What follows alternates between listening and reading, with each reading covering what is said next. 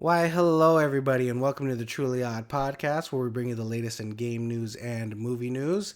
I am your host, Joe Garcia. So grab your controllers, get your popcorn, and let's go ahead and dive right on into these topics, shall we? Starting with our game news topics of the day. And our first game news topic of the day is regarding PlayStation Plus's monthly games for November have been unveiled. Let's go ahead and take a look here.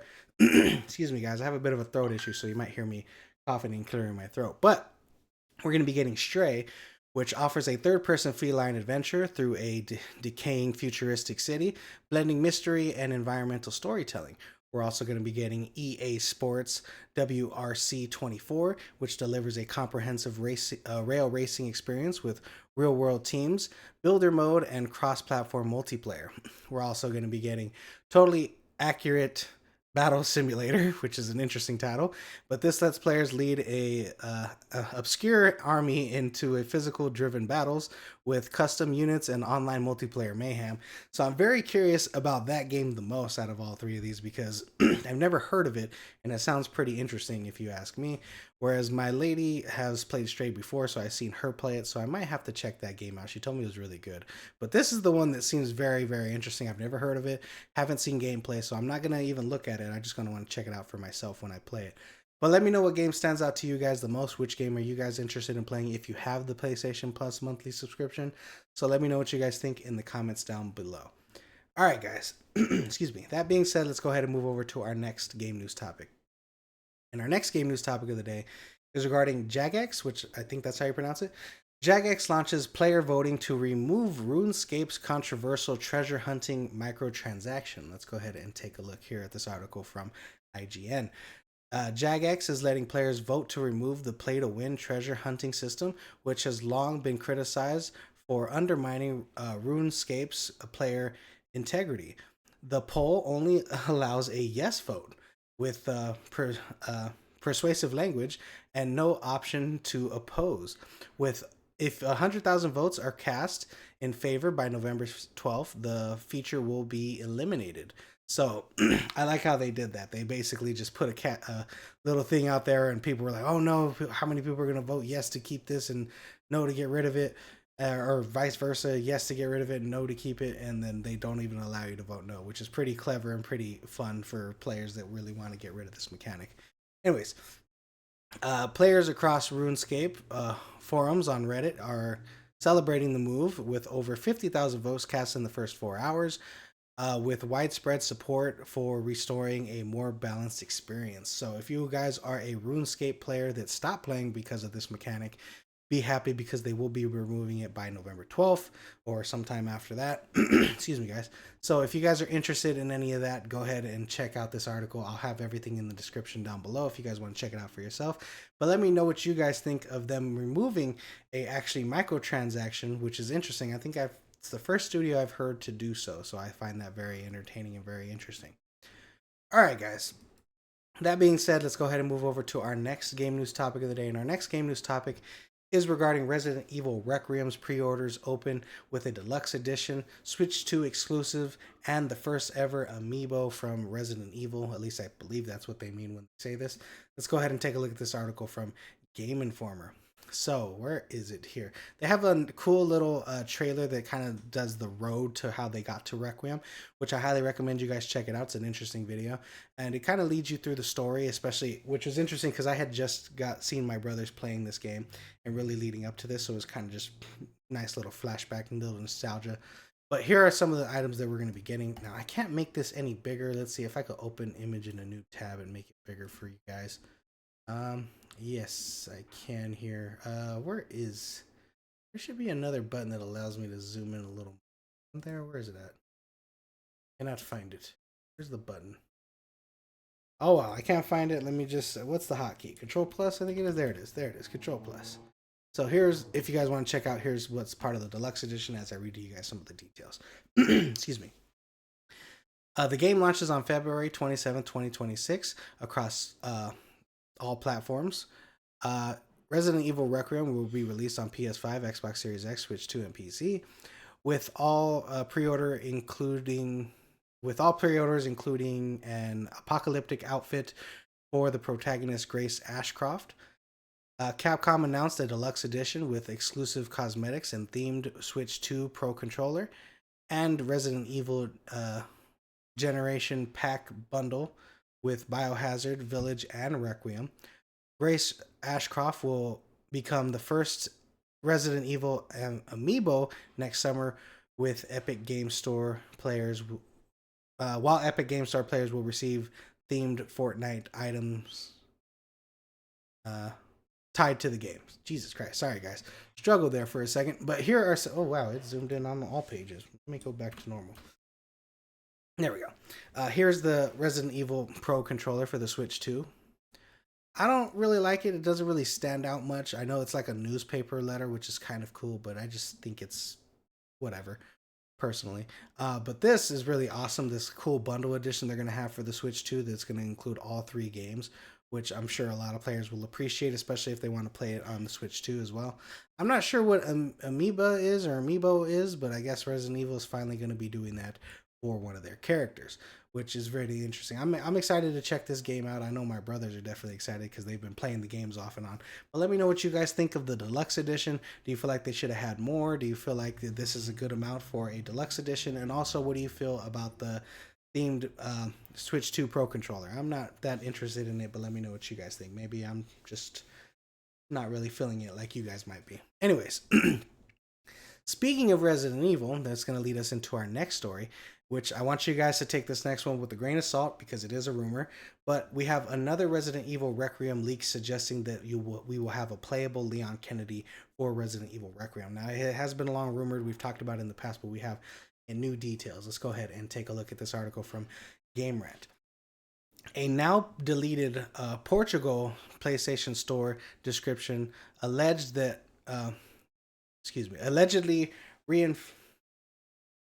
my fault. I'm going to try that again. A now deleted Portugal PlayStation Store description allegedly referenced a Leon costume, a DSO special agent outfit, fueling rumors of Leon's playability in Resident Evil Requiem. Let's go ahead and take a look here. I believe they have a link to, here it is. So this was the supposed screenshot that someone took for the Portugal's PlayStation Store. And this right here, while it's not in English, it does say about a DSO special agent costume for Leon. So I do think it's interesting that we're seeing a leak like this come out, especially when the game's going to be coming out in just a couple of months or a few months. Anyways, let's go ahead and read some more details here.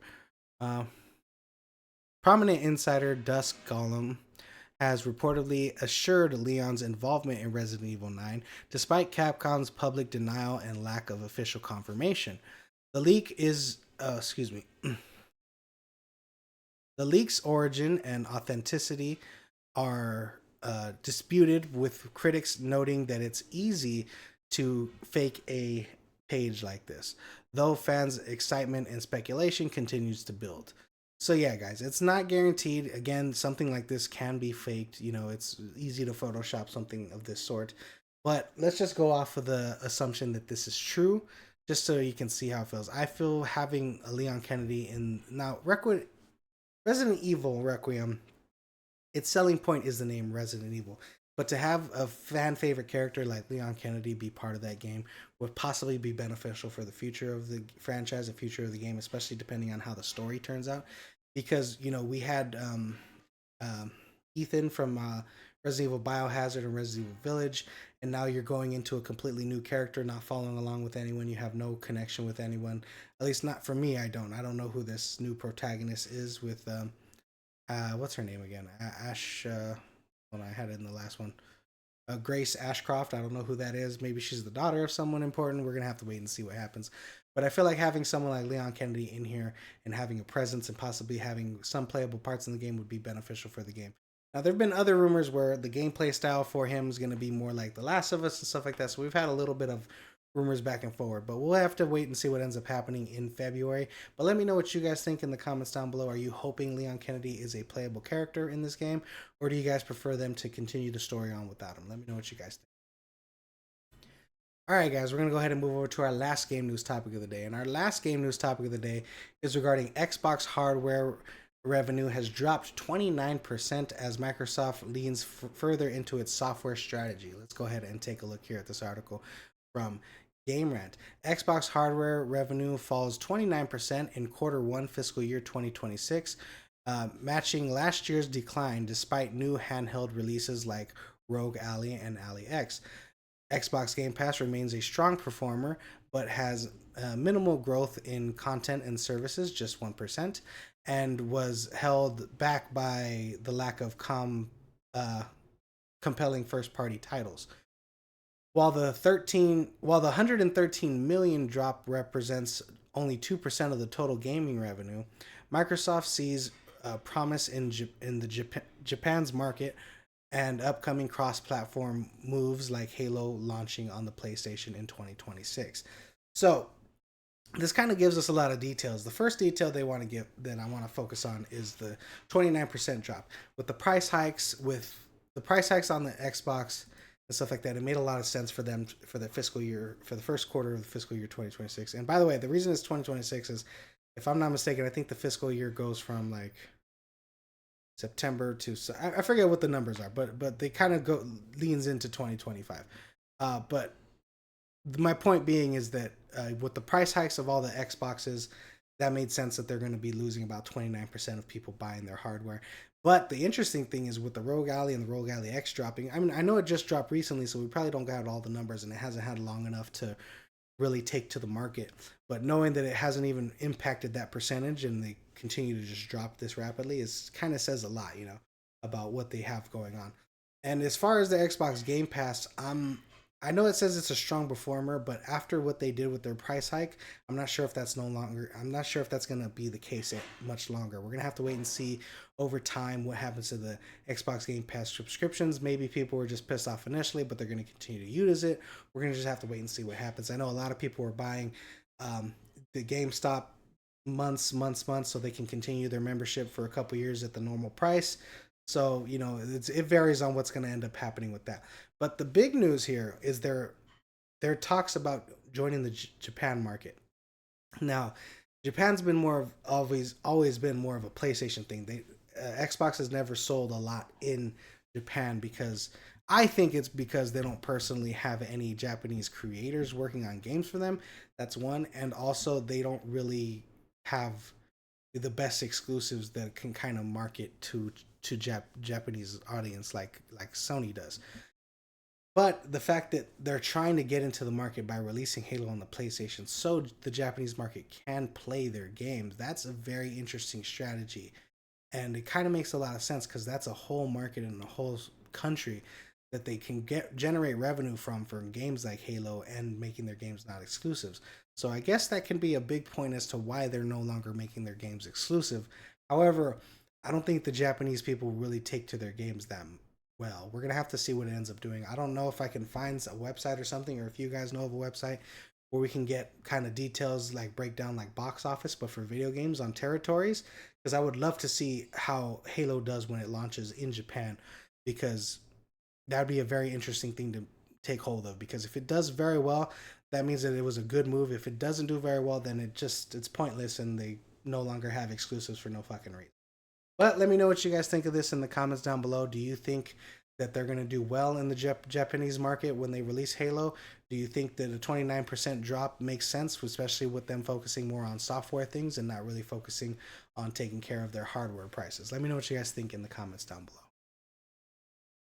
Alright guys, that does it for our video game news topics of the day. We're going to go ahead and move over to our movie news topics of the day. And our first movie news topic of the day is regarding the Scream 7 official trailer has launched today. Now, I cannot play the trailer because YouTube, bit of a bitch. So if you guys want, I'm going to have a link to the YouTube video in the description down below, so you guys can go ahead and take a look at it there. But for now, I'm going to pull up this picture of her as I talk about the trailer. So we have the return of Neve Campbell as our lead, which I think is absolutely wonderful. Now, they kind of not scared me a little bit, but the trailer kind of worried me a little bit because there's a lot of emphasis on Neve Campbell's daughter in the trailer.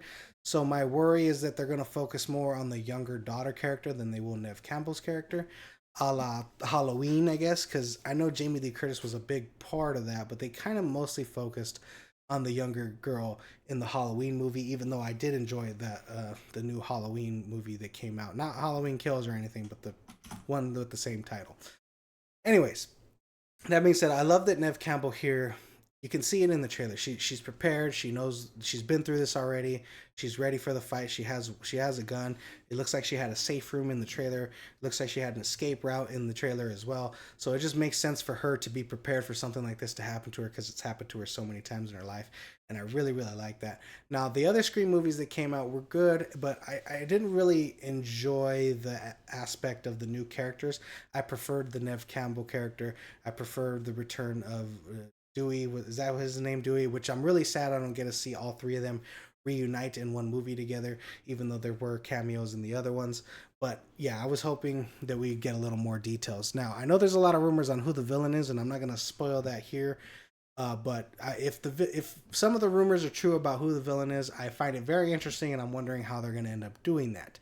But we'll see what ends up happening at the end of the movie.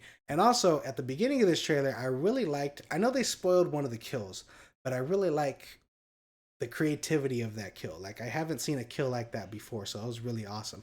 But let me know what you guys thought of the trailer in the comments down below. If you guys enjoyed it, and if you guys have any opinions on who you think the killer might be, let me know what you guys think in the comments down below.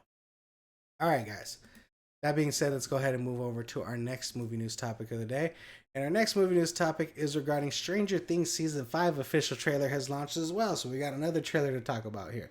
But luckily, we have a Netflix article here from Netflix.com that can break down a little more details as to what's going on here.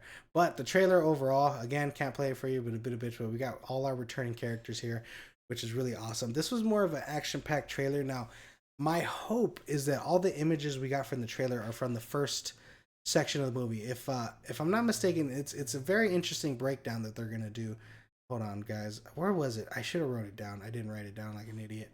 But they're gonna break it down for I think they're releasing like 3 to 4 episodes on Thanksgiving. Here we go, right here. Oh, here it is. The first 4 episodes are going to be on November 26th, which is going to be Thanksgiving. Then you're going to get a following 3 episodes on Christmas, and then you're going to get the final episode on New Year's Eve. So my hope is that this trailer only shows us the first 4 episodes, because I would love for them to keep some of the things that are going to happen in the finale and the final episodes very secretive, even away from the marketing, which I think would be very beneficial. But we got some interesting things here. We have they showcased Sadie Sink in the trailer as well. The return of some of these characters. Now, there's an image. I forget this actress's name, but this character has bloody hands and she's washing them off in the sink. So I'm very curious who's gonna be dying. I'm curious if it's gonna be the boyfriend, if it's gonna be her brother. Like, there's so many ways they can go about this story, and a lot of the things that the creators have told us so far with this, they've sold us that it's gonna be very heartbreaking, especially if you watch the New Year's Eve one in theaters. They said prepare to cry. So I'm curious what they're going to be happening here. Now, they didn't really emphasize a lot of the characters in this trailer. They just showcased more of the action aspects of it. We didn't get to see Linda Hamilton much. We didn't get to see oh my god, Red Guardian, what's his name, the guy, god damn it, it's gonna bother me now. Hold on, let me look it up. Strange, like you can spell Stranger Things, right? Let's see. David Harbour character. That's Jesus. I couldn't think of his name. So yeah, we didn't see much of David Harbour's character. We got a glimpse of Winona Ryder's character. So we didn't see a lot of everybody. But mind you, this is just one trailer out of probably many that we're going to be getting for this. But I really enjoyed this trailer. It really emphasized the action. I like seeing the return of Vecna and what he's possibly going to be doing with one of the characters. You'll guys see in the trailer. If you want to see it, go ahead and check it out. It'll be in the description down below. But let me know what you guys thought of the Stranger Things Season 5 official trailer, guys. All right, guys, let's go ahead and move over to our next movie news topic. And our next movie news topic of the day is regarding the new Conjuring prequel is in development as the franchise expands to an HBO series. Let's go ahead and take a look here at this article from Variety. So it looks like Warner Brothers and New Line are developing a Conjuring prequel focused on Ed and Lorraine Warren earlier years, with Roger Hertz in talks to direct and franchise writer Richard Nine and Ian Goldberg penning the script. Forgive me if I'm pronouncing these names incorrectly. Anyways, despite The Conjuring Last Rites being the being billed as the final chapter, its $480 million global success has reignited the series, which is bullshit because the series was still going strong, so it didn't reignite nothing. But it just made sure it was going to keep going. Anyways, the original stars, Via Farmiga and Patrick Wilson, may not return to the prequel movie. Uh, I'm fine with them de-aging them, honestly. Or, I know Via Farmiga's daughter did the Nun, or bring her in as well, because she does look like her mother. But I would be fine with them de-aging. They make enough money in these. They make enough money for these movies to do that. Especially because they're not always on screen in these movies. So hopefully they bring them back. I feel like they can't really do a prequel. Personal opinion, but let me know what you guys think. Anyways, besides that though, there's an HBO series is already in development. The Conjuring television series is underway at HBO with Nancy Wan attached to as the showrunner, signaling a broader expansion of the $2.7 billion horror universe, which is awesome for a franchise like this. It just shows you that horror movies are really, really doing well nowadays. I haven't seen it, Welcome to Derry, but that's another one that's pretty interesting to me. So I'm curious if the Conjuring one will be similar to that as far as horror is concerned, as far as like quality is concerned. So I'm very curious how that's going to turn out. But I'm very excited to see a Conjuring prequel. We're actually doing a marathon for Halloween. Halloween's tomorrow, so we did the Nun last night. We're gonna do Annabelle Creation today. We're gonna do the Nun 2. Then we're gonna do Annabelle. Is it Annabelle Come Home? Anyways, we're not watching them in release order. We're watching them in timeline order. So it's kind of very interesting the way we're doing it.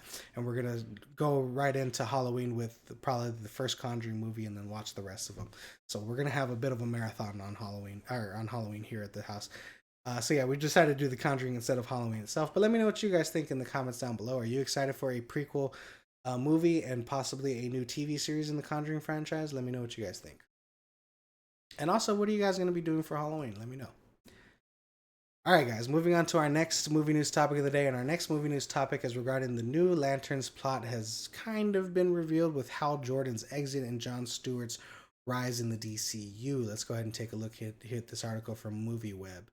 So, HBO's Lanterns premieres in early 2026, centering around rookie Jon Stewart, played by Aaron Pereira, and a veteran Hal Jordan, played by Kyle Chandler, in a true detective mystery exploration, legacy, and leadership kind of thing.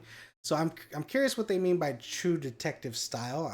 Now, True Detective is very crime thrillery, crime mystery kind of thing at times. So I'm curious if that's what they're going to end up doing with the series. Maybe another Green Lantern dies, maybe someone on Oa, maybe someone on Earth. I'm curious what they're going to end up doing and how they're going to make it a detective thing. Anyways, co-creator Chris Mundy teased themes of replacement and transitioning, suggesting Hal may retire or possibly pass by the series end, paving the way for Jon Stewart's rise. So I think the interesting thing is, here's his comments if you guys want to read them for yourself. But I think it's more or less like what's a good example?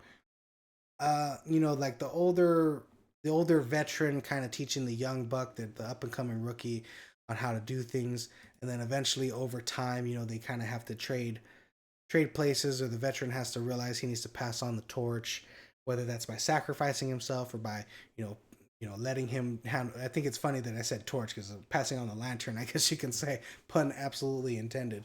But yeah, I think it's going to be an interesting series how they're going to do this.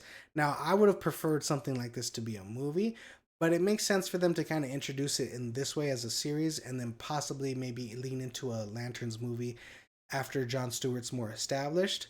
But it's just very curious what they're going to end up doing. I think there's going to be some deaths that are very unexpected, and I know a lot of fans are going to be pissed off if Hal Jordan gets killed in this. But I mean, hey, they're kind of doing their own thing, so I'm very interested how it's going to turn out overall. My hope is that he retires or something, and then we get to see him later on in another Lanterns movie or another spinoff or something like that. Because I think Kyle Chandler is a great actor, so to have him as Hal Jordan would be really awesome. But it does make sense. You can't have, even though the comics have like 5 different Green Lanterns on Earth, you can't really do that in movies because you really want to focus on one specifically, maybe even 2. But let me know what you guys think of this in the comments down below.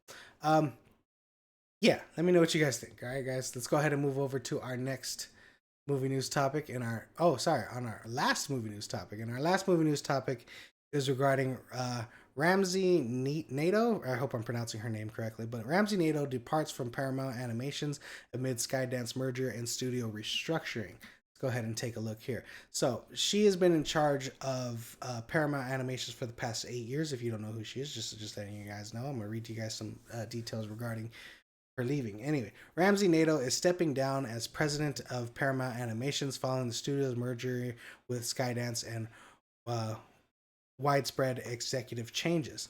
So my curiosity is if she's part of these 2,000 layoffs that they got going on, or if she's deciding to leave on their own. Now, Paramount and Skydance has made very interesting decisions, very good decisions so far from what we've seen, as they've purchased Paramount, as Skydance purchased Paramounts. But now we're kind of seeing the back end of things and how things are going to end up panning out as people leave. But anyways, over her 8 year tenure, NATO helped reinvigorate major IPs like SpongeBob, Paw Patrol, Teenage Mutant Ninja Turtles, and Transformers. Uh, I would say possibly Teenage Mutant Ninja Turtles didn't do that well. Neither did the Transformers movie, but she tried to do it with the animation. Anyway, she did that while expanding Nickelodeon's animation slate. So she's had a very interesting tenure in her past 8 years. I do think she could have possibly done a little better. Now, I don't think that's necessarily her fault. Paramount as a studio has kind of not done the best over the past couple of years. So hopefully we can get someone in here that can really expand the animation studio and they can bring someone in with a little more, I don't know, a little more experience in the animation. I know 8 year tenure is great, and I'm sure all the movies she's done have been very good. But I just think someone could really punch up the Paramount Animation Studios if they come in here. We're gonna have to wait and see what happens. Anyway, CEO David Ellis is implementing major staff cuts targeting 2,000 roles as part of a broader strategy to streamline operations and refocus Paramount's growing priorities. And she's possibly one of those things. But I'm still curious if she's stepping down on her own terms or if they asked her to step down. So there's no details that I found that regards whether she chose to or whether they asked her to. But publicly, they're gonna say she chose to because it just sounds better on paper for her, I believe. Anyways, guys, let me know what you guys think of this in the comments down below. And that's a wrap for today's episode of the Truly Odd Podcast, guys. Thank you so much for joining me. If you like this episode, please like and subscribe. And always, guys, remember, stay true, be odd.